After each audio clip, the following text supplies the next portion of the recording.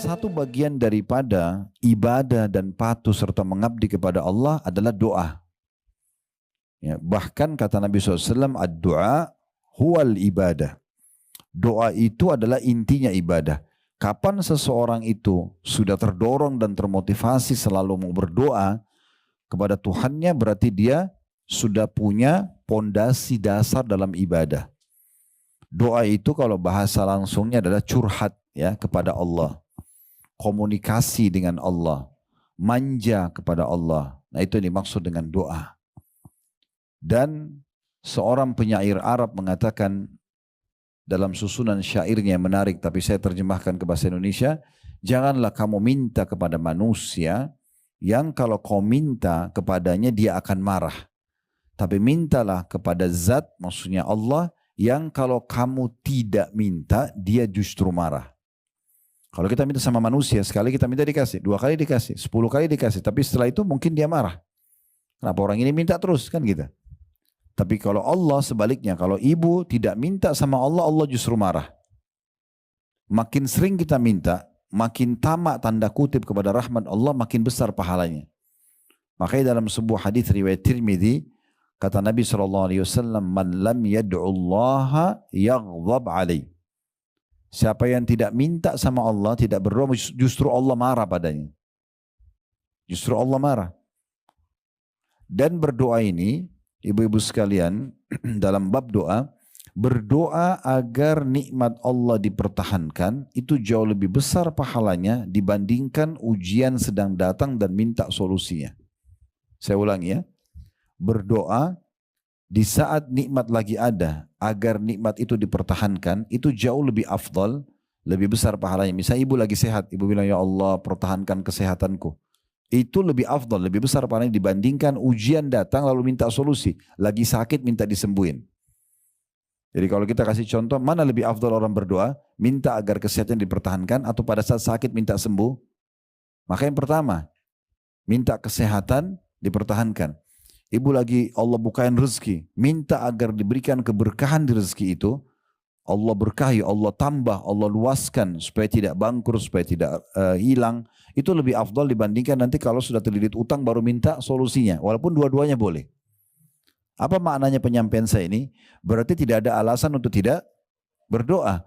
Karena banyak orang, ibu-ibu sekalian, mereka mau berdoa sama Allah sampai nangis-nangis, sampai ngerengek-ngerengek sama Allah di saat nanti ada musibah. Dia sakit nih. Yang pertama targetnya adalah dokter. Dokter pertama, dokter kedua. Nanti kalau dokter 30 dokter mentok nggak bisa sembuh, baru sholat tahajud. Nah, gitu. Harusnya tahajud dulu, baru kemudian ke dokter. Gitu. Minta dulu sama Allah. Kenapa kita ibu-ibu sekalian disuruh berdoa dulu sebelum aktivitas? Coba perhatikan ya. Berdoa sebelum makan, berdoa sebelum tidur, ya, berdoa sebelum masuk kamar mandi, berdoa sebelum keluar rumah. Supaya kita minta dulu sama Allah, baru kemudian ya kita beraktivitas sehingga Allah Subhanahu wa taala terlibat dalam aktivitas kita itu. Bahkan ulama mengatakan ada sebuah hadis Nabi SAW yang mulia, mohonlah atau berdoalah kalian kepada Tuhan kalian, kata Nabi SAW ya, segala sesuatunya sampai tali sendal kalian yang putus. Manja sama Allah. Umar bin Khattab radhiyallahu anhu pernah jalan, sendalnya putus talinya. Beliau angkat tangan ke langit disaksikan orang-orang. Alhamdulillah wassalatu wassalamu ala rasulullah, sambil angkat tangan, ya Allah sandalku putus gantikanlah. Jadi saking mereka fahamnya makna doa itu. Mereka betul-betul menjadikan doa sebagai pondasi komunikasi mereka dengan Allah Subhanahu wa taala. Kalau kita sedang nikmat, yang ciptakan kita Allah, yang ciptakan nikmat itu Allah, yang bisa pertahankan hanya Allah. Kalau kita sedang ada ujian, yang ciptakan kita Allah, yang ciptakan ujian itu Allah, yang bisa memberikan solusi hanya Allah. Ibu harus belajar untuk membedakan mana konsultasi, mana curhat. Konsultasi boleh sama manusia dan hanya pada ahlinya. Ada permasalahan sama suami misalnya. Suami ucapin kalimat talak dalam kondisi emosi. Mau tanya hukumnya, datang ke seorang ustadz atau ustadzah, suami saya, ini konsultasi ya. Maaf saya mau tanya, suami saya ucapin tolak dalam kondisi emosi, jatuh nggak? Itu namanya konsultasi. Curhat itu, Ustadz maaf ya, saya mau cerita dulu. Dicerita panjang lebar. Minggu lalu saya tidak ada apa-apa, Dan 1 minggu ditarik cerita panjang lebar sampai terakhir cuma mau nanya apa jatuh tolak atau tidak suaminya. Ini curhat namanya. Tidak tepat curhat sama manusia. Curhat itu hanya kepada Allah. Itulah inti doa. Ya. Ibu ada masalah, wudu, sholat taubat 2 rakaat di sejadah ibu langsung berdoa sama Allah. Sampaikan semua apapun sama Allah. Tuangkan semua sama Allah SWT. Nah, itu namanya curhat. Itu hanya boleh kepada Allah. Jadi jangan sama manusia. Kalau kita curhat sama manusia, anggap di depan kita ini orang yang mencintai kita. Misalnya orang tua kita. Kita ada orang tua yang tidak cinta sama anaknya. Sebenarnya kalau kita sedang curhat pada orang tua kita sedang membebani mereka. Mereka jadi kepikiran, gitu kan? Permasalahan rumah tangga kita, permasalahan kerjaan, kita bebani mereka. Dan itu berbahaya kalau sampai mereka kepikiran, kalau sampai mereka sakit karena itu, kita bisa masuk dalam bab durhaka, khawatirnya, gitu kan? Sementara kita disuruh bahagiakan orang tua, bukan suruh bebankan mereka. Kan begitu. Kalau yang kita komunikasi atau curhat depan mata kita ini, seseorang yang kita tidak tahu dia, atau musuh kita, maka dia punya poin celah yang bisa menyerang kita nanti. Lalu untuk apa curhat sama manusia? Makanya Sufyan ats-Tsauri rahimahullah, seorang ulama tabi'in, beliau kalau punya masalah apa saja, maka beliau langsung wudu, sujud. Kebetulan beliau karena tinggal di Mekah, sujud depan Ka'bah, tidak angkat kepalanya sampai semua sudah dituangkan. Ucapannya, ungkapan hati, semua ada di pikirannya, air mata semua netes untuk Tuhannya, selesai. Maka masalahnya selesai. Masalahnya akan selesai. Saya berikan gambaran dalam masalah ini. Kita masih di judul dulu ya, supaya jelas di sini. Karena dari judul ini ada 9 bahasan poin ke depan. Ya. Ada satu orang dulu di kalangan salafus saleh. Tentu kisah seperti ini banyak, ribuan. Ya. Saya rasa salah satunya. Dalam satu kisah disebutkan ada satu orang soleh dulu, dia pekerjaannya harian. Ya, ini waktu Musa dulu, ini masa klasik dulu, belum ada lampu penerangan kita sekarang, media. Orang itu kalau sudah tiba maghrib, apalagi isya, habis isya itu orang sudah tidur. Gelap, nggak ada pasar, di jalan orang tidak ada gitu ya. Kosong, sunyi. Dia kerja dan pendapatan harian kalau dia ada dapat, dia beli makanan bawa pulang buat istri sama anaknya. Kisahnya satu hari dia pergi ke pasar, dia kerja tapi rupanya tidak, dia tawarkan jasa hari itu mau bekerja tapi tidak ada yang, dia tidak dapat lah pekerjaan. Pulang ke rumah malam-malam, istrinya tanya ada makanan, dia bilang tidak ada, hari ini saya tidak dapat pekerjaan. Lalu bagaimana, saya sama anak-anak belum makan. Dia bilang saya akan istirahat sebentar, habis itu saya coba keluar, siapa tahu kita dapat makanan. Saya pun lapar, belum makan dari tadi. Maka dia istirahat sebentar, di awal malam, mungkin sekarang kita jam 11 malam, ya, gelap sekali waktu itu, tidak ada orang yang seperti kita sekarang begadang kena ada penerangan segala macam. Maka dia keluar, dia tidak tahu harus kemana. Dia pergi ke masjid dekat rumahnya. Dia lewat, dia lihat ada masjid, ini tempat yang terbaik. Dia berhenti di situ, dia nyalain obor, waktu itu belum ada lampu, pakai obor. Dia wudu, kemudian dia sholat taubat, lalu dia berdoa sama Tuhannya, berdua. Dia komunikasi, ya Allah, engkau tahu aku belum makan sama anak dan istriku hari ini, aku tidak tahu harus kemana, berikanlah kami rezeki. Terus dia berdoa. Ada kejadian terjadi pada malam itu.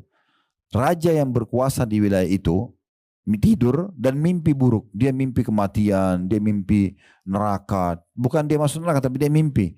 Dia takut, tiba-tiba dia bangun, dia takut jangan sampai ajalnya datang kemudian dia ya belum diampuni dosa-dosanya.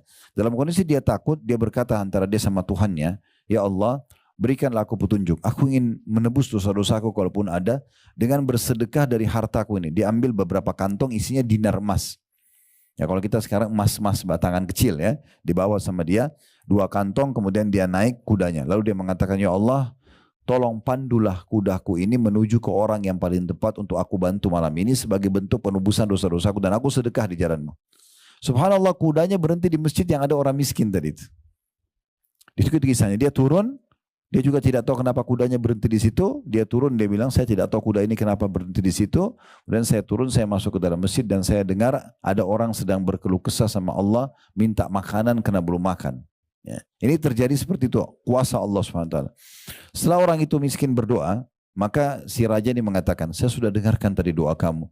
Saya pun malam ini ingin sekali bersedekah. Dan saya minta kepada Allah agar dipandu kepada orang yang paling tepat. Saya tidak tahu kenapa kuda saya terarahkan ke masjid ini dan saya temui Anda. Saya anggap Anda ini orang paling layak. Ambillah sedekah saya ini supaya saya dapat pahala dan juga bisa memenuhi kebutuhan Anda. Dan satu hal lagi, saya raja yang berkuasa di sini. Setiap saat ya bisa datang ke istana saya, ya tinggal sebutkan nama saya, maka saya akan izinkan masuk dan boleh sampaikan hajat apa saja. Karena yang pertemukan kita ini Allah. Maka yang kita ambil pelajaran, perjawaban dari orang miskin yang soleh ini. Apa yang dia bilang? Kalau seandainya saya punya hajat lagi, saya tidak akan datang kepada anda. Tapi saya akan datang kepada Tuhan saya dan Tuhan anda Allah yang telah mengutus anda datang kepada saya malam ini. Bisa ditangkap pesannya? Itu inti doa. Manja sama Allah subhanahu wa ta'ala. Berdoa, merengek sama dia. Apa saja. Selama ibu tidak melanggar sunnatullah, sistem yang sudah Allah buat. Misalnya siang dan malam kan gitu. Ibu nggak suka malam, ya Allah hilangkan malam, itu nggak mungkin. Kan bentrok sama sistem kan yang Allah sudah ciptakan. Ibu nggak suka laki-laki, hilangkan laki-laki ya Allah, kan nggak mungkin. Contoh, kan nggak mungkin. Itu nggak mungkin. Tapi kalau tidak bentrok dengan sunnatullah, itu bisa saja. Nabi Zakaria alaihissalam itu menikah umur 30 tahun, istrinya 20 tahun. Istrinya dalam kondisi mandul, nggak bisa punya anak. Nabi Zakaria, ini ibu bisa baca dalam surah Maryam, surah nomor 19 di 15 ayat pertamanya. Cerita tentang Nabi Zakaria ini. Dia terus berdoa kepada Allah, tidak henti-hentinya, 10 tahun pertama setelah menikah, 10 tahun kedua, terus begitu sampai 70 tahun dia berdoa. Dan di dalam Al-Quran digambarkan dalam surah Maryam itu, dan saya tidak akan putus asa hai Tuhanku untuk berdoa kepadamu. Tetap dia minta anak karena dasarnya fitrah manusia walaupun mandul di mata medis misalnya, tapi di hukum sistem Allah tidak melanggar. Karena asalnya kita diciptakan untuk populasi kan gitu. Maka dia minta terus sama Allah dan minta dari istrinya yang mandul. Subhanallah, Allah jadikan tanda-tanda kebesaran Allah di saat umur Nabi Zakaria 100 tahun, istrinya 90 tahun yang mandul, istrinya hamil dan melahirkan anak namanya Yahya. Yahya pun alaihissalam diangkat menjadi nabi. Dan Allah katakan dalam Al-Quran untuk dijadikan sebagai tanda-tanda kebesaran Allah di muka bumi. Nah, itu kekuatan doa. Kalau yang sudah biasa ikutin di YouTube kami, di channel kami Khalid Basalamah Official, bisa cek kembali di playlistnya ya. Kalau diklik logo Khalid Basalamah itu, nanti ada beranda, ada video pendek, ada podcast, ada playlist. Kalau diklik playlist nanti dicari potongan ceramah tentang dahsyatnya doa. Panjang lebar saya jelaskan masalah doa ini dan contoh-contohnya di antara kisah Nabi Zakaria tadi. Kemudian ada kisah Nabi Ayub yang diuji sama Allah dengan penyakit 20 tahun tapi bersabar dan terus berdoa sama Allah. Ya. Kisah bagaimana Nabi Musa AS selamat dari kejaran Fir'aun. Kisah Nabi Ibrahim AS. Kisah Nabi Muhammad SAW yang banyak sekali dengan doa-doa beliau yang mulia. Dan sekian banyak. Nah itu yang dimaksud dengan doa. Nah korelasi antara, tentu doa-doa ini juga punya syarat-syarat ya. Agar bisa diterima. Yang pertama tentunya syaratnya ikhlas karena Allah subhanahu wa ta'ala. Kalau ibu ikhlas karena Allah, kalau mau pahami ikhlas berarti tidak ada indikasi dunianya. Nggak ingin dipuji, bukan karena ingin pamer ya. Kalau tidak ada itu berarti ibu ikhlas ya. Dan semua ibadah harus ikhlas. Karena kata Nabi SAW dalam hadis Abu Daud, Inna Allah la yaqbalu amalan illa makana khalisan liwajhi. Allah tidak akan terima amalan kecuali yang ikhlas karenanya ya. Jadi ikhlas dulu. Kemudian yang kedua, ya, itu mengikuti contoh dari Nabi SAW. Contoh-contoh berdoa Nabi. Ya, seperti misalnya waktu-waktu mustajab antara azan dan iqamah, sepertiga malam, di saat hujan turun. Itu kan semua waktu mustajab ya. Antara azan dan iqamah kata Nabi SAW, doa tidak ditolak atau jarang ditolak antara azan dan iqamah ya. Kemudian juga kata Nabi SAW, kalau tertinggal sepertiga malam Allah turun ke langit bumi lalu bertanya kepada para malaikat, adakah yang berdoa saya, adakah yang punya hajat saya penuhi, adakah yang minta tolong saya tolong, adakah yang memohon ampun saya maafkan. Pada saat hujan turun Nabi SAW berdoa dan mengatakan sesungguhnya ya ini waktu mustajab karena rahmat Allah sedang turun dari langit. Orang kalau lagi puasa ya, karena kata Nabi SAW dalam hadis yang sahih juga, termasuk orang yang tidak ditolak doanya adalah orang yang sedang puasa ya. Musafir juga begitu, dalam hadis juga disebutkan ya, doa orang tua buat anak ya. Kalau kita punya orang tua minta supaya didoakan gitu. Dan kita juga kalau di posisi sebagai ibu misalnya sudah jadi status ibu, maka hati-hati dengan lisan dalam mengucapkan hal-hal yang buruk Misalnya anak ibu aktif, ibu mengatakan kau nakal sekali. Nah ini bahaya, bisa jadi doa. Jangan diucapkan kata-kata yang baik saja. Ya, itu termasuk contoh-contoh dari Nabi SAW karena beliau mengatakan jangan pernah kalian ucapkan kata-kata buruk buat diri kalian, keluarga kalian dan harta kalian, karena bisa saja malaikat lewat mengaminkan dan terjadilah. Nah boleh misalnya ibu lagi lihat diri di cermin, kok saya jelek sekali ya, itu kata-kata buruk nggak boleh. Atau sedikit ada masalah sama suami, saya nyesal nikah sama kamu. Jadi penyesalan benar. Jadi lebih baik ucapkan kata-kata yang baik semua. Ya Allah berikan hidayah, ya Allah mudahkan, ya Allah sembuhkan, selalu yang baik-baik saja. Itu diantara contoh terhadap atau tata cara atau apa yang disampaikan oleh Nabi SAW. Boleh mengangkat tangan, boleh tidak.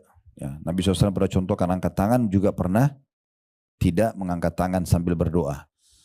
Kemudian selanjutnya yang ketiga itu adalah memuji-muji Allah, memulai dengan puji-pujian. Sama yang keempat, membaca salawat kepada Nabi SAW. Ya. Jadi puji-pujian kepada Allah yang ketiga, yang keempat membaca salawat kepada Nabi SAW. Nah, ini dua-duanya digabung dalam satu riwayat. Pernah ada seorang sahabat masuk ke masjid, kemudian langsung tiba-tiba dia angkat tangan, dia mengatakan, Allahumma gfirli, ya Allah maafkanlah aku. Dia tidak memuji Allah, tidak baca salawat. Maka kata Nabi SAW, ista'jala hadha. Orang ini tergesa-gesa sekali. Harusnya dia memuji Allah dulu, membaca salawat kepadaku, kemudian baru dia sampaikan hajatnya. Ya. Dan Umar bin Khattab mengatakan, ya, dalam salah satu statement beliau, doa yang tidak diikuti dengan salawat, maka tidak akan diterima oleh Allah. Ya. Atau seperti itulah kurang lebih statementnya. Jadi memang kita harus membaca itu. Minimal ibu bilang, Alhamdulillah, wassalatu wassalamu ala rasulillah. Itu minimal. So, kalau tidak hafal bahasa Indonesia, ya Allah segala puji bagimu. Puji-puji Allah gitu. Tuhan alam semesta, ya Allah, engkau lah zat yang telah menghidupkan aku, ya, memberikan aku kesempatan untuk sholat malam ini, atau untuk mengangkat tangan ini, atau mengucapkan kata-kata doa ini. Puji semuanya dengan puji-pujian. Makin sering ibu puji, maka makin Allah bukain pintu puji-pujian itu. Ya, orang kalau tidak pernah puji Allah, maka dia sulit untuk menyusun kata-kata. Tapi kalau dia sudah terbiasa, maka akan Allah bukakan pintu keberkahan dalam puji-pujian tersebut. Lalu, dan juga aku mengucapkan salam hormat kepada Nabi Muhammad SAW sebagaimana aku perintahkan aku mengucapkannya, gitu ya. Baru kemudian masuk ke doa. Ya Allah, sembuhkanlah aku dari penyakit ini, lunasilah utangku, mudahkanlah urusanku, berikanlah hidayah suamiku, berikanlah petunjuk anakku, atau berikanlah keturunan kalau belum punya. Apa saja sampaikan kepada Allah Subhanahu wa ta'ala. Itu yang keempat. Yang kelima, harus doanya diikuti dengan keyakinan bahwasanya Allah akan terima. Gak boleh ragu. Sesuai dengan sabda Nabi SAW, Udu'u rabbakum mukinuna bil ijabah. Berdoalah kalian kepada Tuhan kalian dengan penuh keyakinan akan diijabah, akan diterima. Ya. Fa inna Allah la yaqbalu du'a min qalbin ghafil. Karena Allah tidak akan terima doa dari hati yang lalai. Tidak boleh ibu ragu. Saya berdoa, sembuh nggak ya? Dilunasi utang saya nggak ya? Nah, gitu-gitu itu nggak boleh. Ya. Harus betul-betul yakin kalau kita diterima. Itu baru salah satu syarat diterimanya doa, itu yakin. Karena Nabi SAW bilang Allah tidak akan terima, berdoa kepada Tuhan kalian dalam kondisi kalian yakin diterima, karena Allah tidak terima doa dari hati yang lalai. Kalau hanya seperti orang kumur-kumur saja, rutinitas saja, itu enggak bermakna doanya. Ya. Jadi seperti ibu betul-betul lagi komunikasi dengan Allah secara langsung. Itu kekuatan doa di situ. Ya. Itu yang kelima. Yang keenam, tidak tergesa-gesa. Tidak tergesa-gesa ini maksudnya dalam mengucapkan tutur kata doa, susunan doa itu, dan juga tidak tergesa-gesa meminta jawabannya kepada Allah. Jadi misalnya ibu tadi sudah memuji Allah, Alhamdulillah, wassalatu wassalamu ala rasulillah, lalu ibu mulai menyampaikan hajat-hajatnya semua, masing-masing mungkin punya hajat.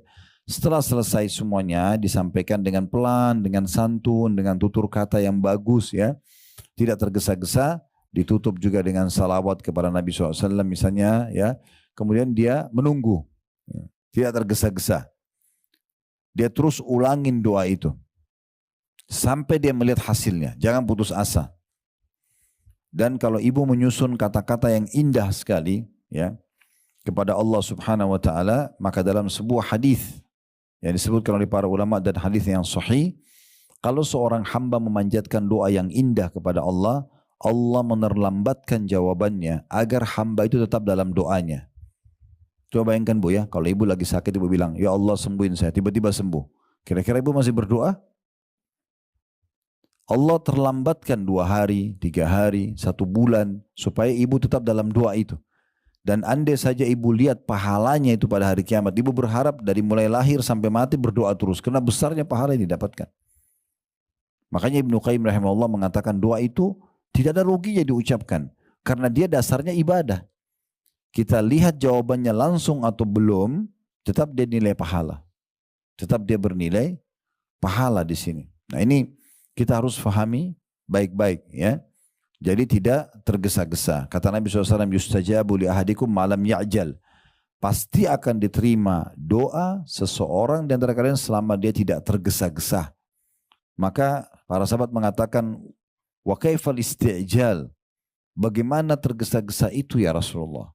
Kata Nabi SAW, yaqulu da'autu walam yustajabu li fatarakat doa. Dia bilang saya sudah berdoa tapi belum lihat jawabannya, maka dia pun meninggalkan doa. Mungkin tinggal sekali lagi berdoa diterima, tapi berhenti kan gitu, karena putus asa. Jadi jangan berhenti. Dalam sebuah riwayat yang lain, dan ini selalu saya jadikan sebagai motivasi buat saya, kenapa saya tidak berdoa walaupun hal kecil, walaupun hanya keluar mau ke satu mall, mau ke satu pasar, minta sama Allah parkiran, ya Allah mudahin parkiran buat saya, doa. Kenapa tidak? Mau beli pakaian di satu tempat, ya Allah mudah-mudahan saya dapat pakaian yang saya inginkan. Mau makan satu restoran, ya Allah mudahkan supaya saya bisa dapat tempat duduk yang nyaman. Berdoa tidak ada susahnya. Pahala, gitu kan? Kita akan dapatkan pahalanya. Karena kata Nabi SAW dalam sebuah hadis yang sahih, nanti di hari kiamat ada orang akan diberikan pahala bergunung-gunung, banyak sekali. Tapi dia tahunya dia nggak pernah buat ibadah yang mendatangkan pahala sebesar itu. Maka dia bertanya kepada para malaikat, ini pahala dari ibadah yang mana?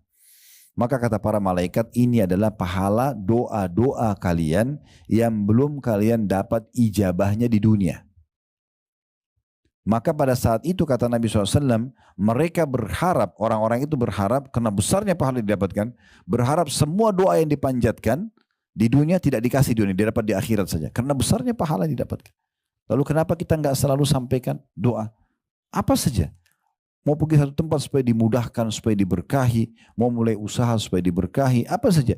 Lagi langgeng pun rumah tangga, ya Allah berkahi. Jaga suamiku. Mungkin suami mengatakan jaga istriku. Berikan hidayah. Mau masak, mudahkan saya membuat masakan yang enak. Kenapa enggak begitu? Kenapa harus dalam hal darurat saya baru berdoa? Gitu kan? Coba kita lihat ya, hikmahnya syariat Allah Subhanahu wa taala. Kenapa kita ibu-ibu sekalian tidak baca bismillah sekali saja seumur hidup kalau mau makan? Kenapa setiap mau makan baca bismillah? Supaya selalu berhubungan sama Allah, gitu kan? Kenapa kita setiap mau pakai baju baca doa? Kenapa setiap masuk kamar baca doa? Kenapa setiap mau biologis baca doa? Kenapa enggak sekali seumur hidup?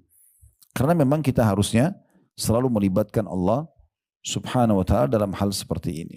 Nah, jadi ini tidak tergesa-gesa dalam mengharapkan pahala tersebut. Sekarang masuk yang poin terakhir dalam doa, yang ketujuh ya, tidak meminta sesuatu yang haram dan menjauhi sumber makanan, minuman, pakaian yang haram. Jadi nggak boleh kita minta sama Allah supaya dikasih rezeki agar bisa main judi misalnya, ini contoh.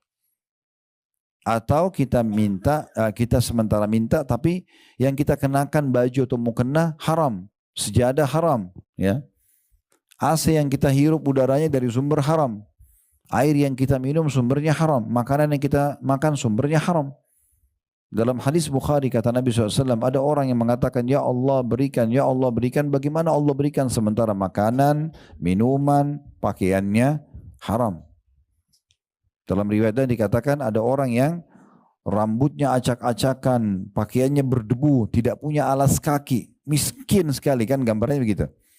Lalu dia mengatakan, ya Allah berikan, ya Allah berikan. Bagaimana Allah berikan sementara makanan, minuman, pakaiannya haram? Jadi nggak boleh. Harus hati-hati gitu. Ya. Jadi kalau ada di antara kita yang hadir mungkin doanya, dia lihat dia berdoa dia belum dipanjatkan, coba introspeksi diri. Ada masalah nggak dalam masalah sumber haram nih? Jangan sampai ada sesuatu yang haram yang masuk akhirnya membuat doa kita tidak diijabah. Gitu ya. Jadi jangan minta haram, hindari semua juga sumber-sumber pendapatan yang haram. Baik, itu berhubungan dengan masalah judul kita. Nah sekarang tadi saya bilang apa korelasinya antara kesalahan dalam berdoa, kemudian disebutkan poin nomor 1 dalam bahasa ini pergi ke dukun, pergi ke tukang sihir, dukun dan tukang peramal. Karena memang kita disuruh kembali kepada Allah, bukan kembali ke manusia. Tadi saya bilang konsultasi, itu pun harus pada ahlinya dan benar. Ya, tapi kalau dukun, peramal, penyamun ini, Bapak Ibu sekalian, ini mereka adalah wali-wali syaitan. Supaya jelas gini, di muka bumi ini cuma ada 2 jalan. Nggak ada jalan ketiga, cuma 2 saja. Satu benar, satu salah. Apa itu jalan yang benar? Ini jalannya Allah Subhanahu wa Ta'ala. Karena kita selalu yakin la ilaha illallah, tidak ada Tuhan yang berhak disembah kecuali Allah. Nah, kalau kita patuh ambil jalan menuju ke Allah ini, ujungnya surga. Kita akan dibalas surga nikmat abadi. Di dunia pun akan dapat panduan hidup. Juru bicaranya Allah yang menyampaikan adalah para nabi dan rasul. Penyambung lidahnya nabi dan rasul adalah para ulama dan dai. Kalau ibu-ibu datang kepada para alim ulama, para dai, maka akan dipandu kepada agama Allah, ya, penyambung lidah dari para rasul dan ke agama Allah, ujungnya surga, kan gitu. Ini jalan yang benar, nggak ada jalan yang ketiga. Jalan yang kedua ini jalan salah, jalannya iblis. Nggak ada jalan ketiga. Iblis siapa? Ini orang satu sosok dari kalangan jin yang kufur kepada Allah. Ini ujungnya akan membawa ke neraka, nggak ada tempat lain, dia akan ke neraka. Juru bicaranya siapa? Ini dukun, peramal, penyamun, penyihir, ahli maksiat. Kalau kita berteman sama mereka pasti dibawa pandu ke jalan syaitan, pasti ke neraka. Tentukan jalannya, gitu kan? Jadi cari jalan Allah. Nah, kita disuruh berdoa kepada Allah, memohon hanya kepada Allah, bergantung pada Allah. Jadi nggak boleh kepada dukun-dukun ini, karena mereka adalah juru bicaranya syaitan.